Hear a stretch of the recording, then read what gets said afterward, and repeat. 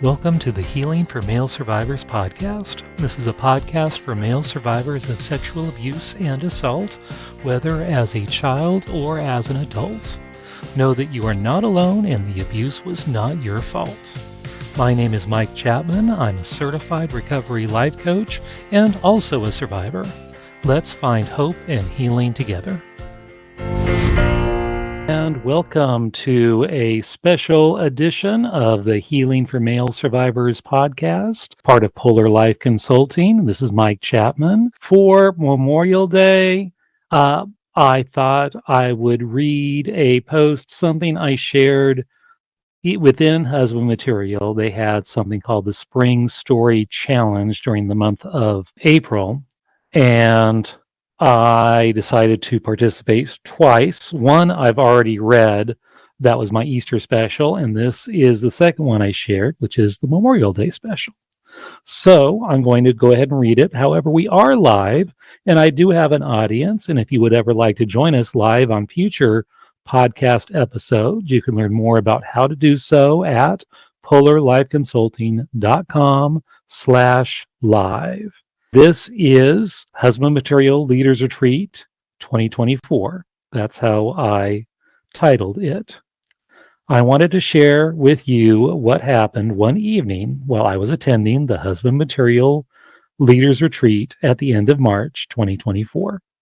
Our final night, after all of our meetings, we had a celebratory dinner at a Thai restaurant. All the leaders in attendance sat at a series of rectangular tables against a wall, facing each other. We all started talking while looking at the menu. The waitress was very nice and explained the specials. While deciding our orders, we all just continued talking with the other leaders sitting near us, enjoying the embodied brotherhood while we could. Something inside of me started to get triggered. I didn't recognize it at first, but something was wrong with little Mike. One of the coaches sitting next to me mentioned he was hoping to run an errand before we head back to where we were staying. Something inside of me jumped at the opportunity, suggesting, hey, let's put in our orders, get one of the vehicles, and go run the errand while we waited for our order. And he agreed, so we put in our orders and soon left to run the errand. Apparently, little Mike was very relieved and no longer triggered. We completed the errand and returned to the restaurant. My soup that came with my order was waiting for me, and somehow little Mike equates food with safety, so when eating, any existing or activated triggers are soon dispelled. I had not yet finished my soup when my main meal arrived. It was a lot of food, and little Mike was quite content. Once I had completed the meal, the triggering continued. It seemed the voices of over a dozen men, all talking at once, with the sounds reverberating from the nearby wall, made for a cacophony of male voices that soon became overwhelming. I assume this goes back to my being trafficked by my father when I was a boy to sexual exploitation events involving dozens of men exploiting dozens of boys. Even though I knew these men were all very safe and meant no harm to me or little Mike, the triggering was still very much there. At first, I thought this was simply part of my introverted nature, needing to recharge my batteries after a long day of interacting with others. I even discussed this with the leader who was sitting across from me. He also was being quiet and agreed he also needed to recharge his batteries. As I sat there, I started realizing that my phantom body pains were returning, specifically in the bottom corner of my left shoulder blade, severe stabbing pain. This has been an ongoing issue for years. Sometimes left, sometimes right, sometimes both. I do know the specific cause of this particular body memory. I pretty much stayed quiet and triggered the rest of the time at the restaurant until it was time to leave, still in a daze, not even fully realizing that I was indeed severely triggered. We went back to the main house and most wanted pool time. There was a pool there. I hoped that would help calm things down. I got changed and entered the pool. The stabbing pain got worse. I started to put the pieces together and realized that I was indeed highly triggered, and the cause was the cacophony of male voices. I started isolating myself in the pool, away from the other leaders. One leader, after explaining the shoulder pain, offered to help. I suggested a massage of the area. He kindly complied, but it didn't really help. The coordinators of the weekend then decided to have an activity around the nearby fire pit. Everyone got out of the pool to join. I stayed put, floating in the pool, trying to process what I was still experiencing. A few of the leaders checked in with me. Some prayed for me. Others offered kind words of support. But I stayed isolated in the pool. I then started feeling feelings about my feelings, feeling sad about feeling sad, and being triggered, wishing these feelings would all just go away. However, I was also sitting with my feelings, allowing them to brush up against me like the waves from the pool. Eventually, the fire pit activities ended, and folks started to rejoin the pool. Things got silly, and I slowly rejoined the group activities. That helped bring some relief. I eventually went to bed, still a bit triggered, but only about 50% of what I felt earlier. When I awoke the next morning, the pain was down to about 30%. After breakfast, I was inspired to write this poem. Poem's title, It's Okay to Not Be Okay. It's okay to be sad. It's okay to get triggered. It's okay to walk through the pain. It's okay to feel the pain. It's okay to ask for help. It's okay to ask for a hug. It's okay to cry. It's okay to lean on another. It's okay to rely on a brother. They are there for a reason, to sharpen one another. It's okay to not be okay.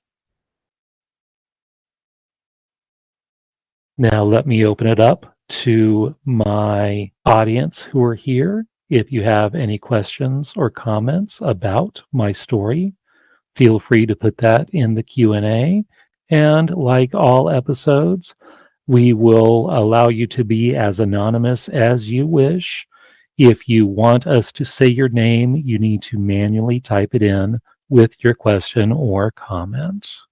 One of our audience members says, I totally identify with too much noise.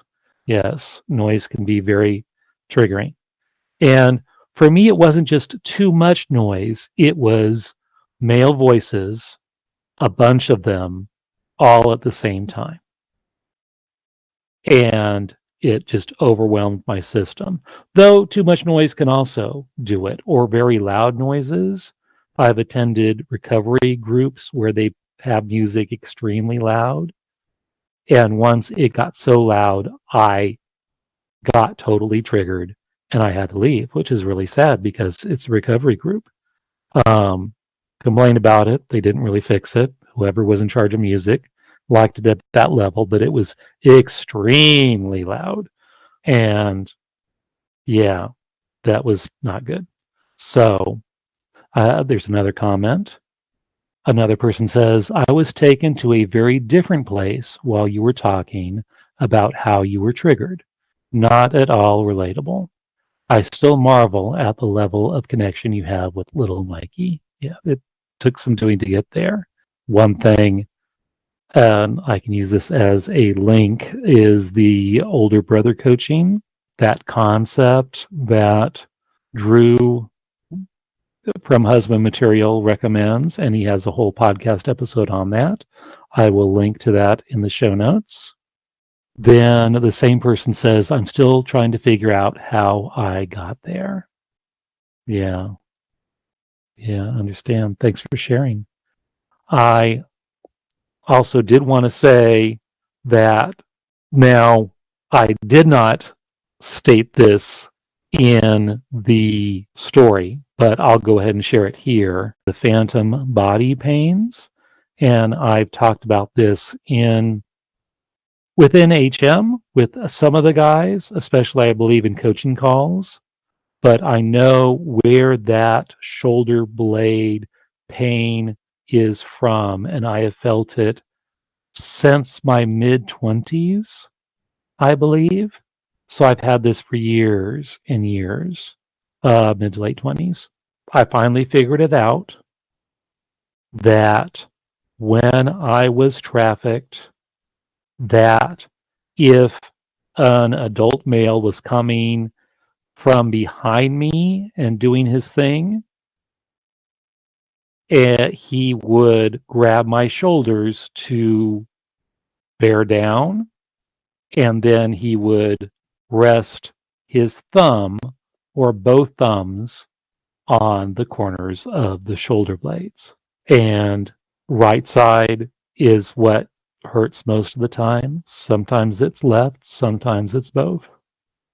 But that's what that is. And I've met at least one other person within the husband material community who has also felt the same phantom shoulder pain and didn't really know what it was from. Then I told him, and he had a similar history to me as well. Sorry to break the news, but yeah, that's what happened with that. So that is the backstory to that.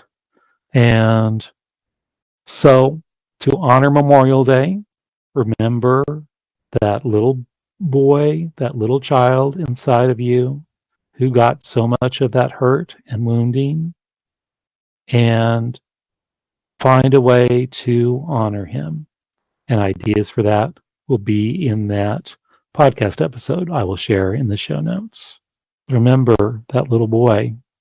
And like I say, when I close out the episode, it was not his fault, which ultimately means it was not your fault. Thanks for listening.